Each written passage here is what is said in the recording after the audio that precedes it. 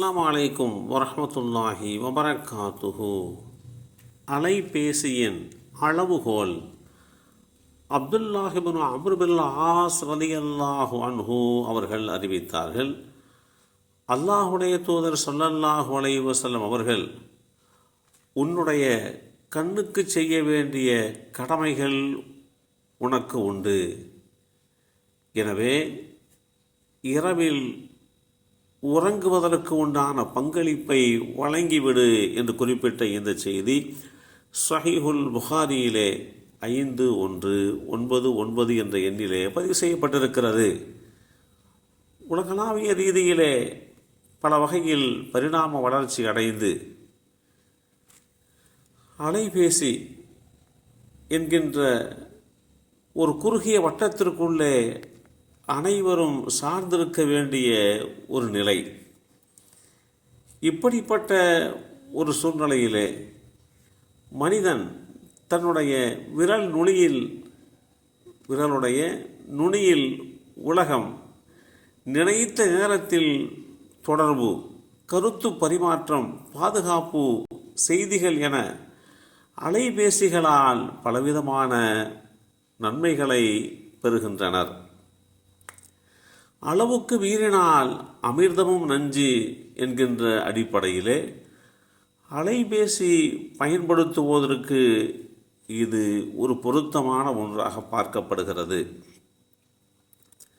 பேசுவதற்கும் பல விஷயங்களை அறிந்து கொள்வதற்கும் அவ்வப்போது அலைபேசிகளுடைய பயன்பாடு என்பது எல்லா வகையிலேயுமே நாம் சரிகாண வேண்டியதுதான்.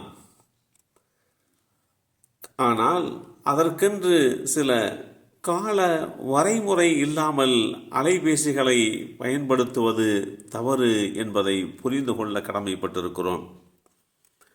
வெவ்வேறு வேலைகளை செய்து கொண்டிருந்தாலும் அலைபேசியினுடைய அழைப்பு, அந்த அழைப்புக்காக வேண்டிய இணையதளங்கள் போன்ற செயல்களின் ஒலிகளுக்காகவே பெரும்பாலானோருடைய மனம் ஏங்கி கிடக்கின்றன என்று சொன்னால் அது மிகையாக ஆகாது.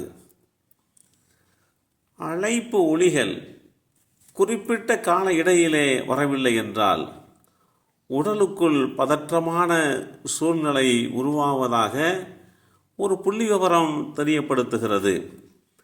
இன்றைய காலகட்டத்தில் குறிப்பிடப்பட வேண்டிய ஒன்று, 24 மணி நேரமும் அலைபேசி நம்முடைய உடலோடு ஒட்டி இருக்கின்றன.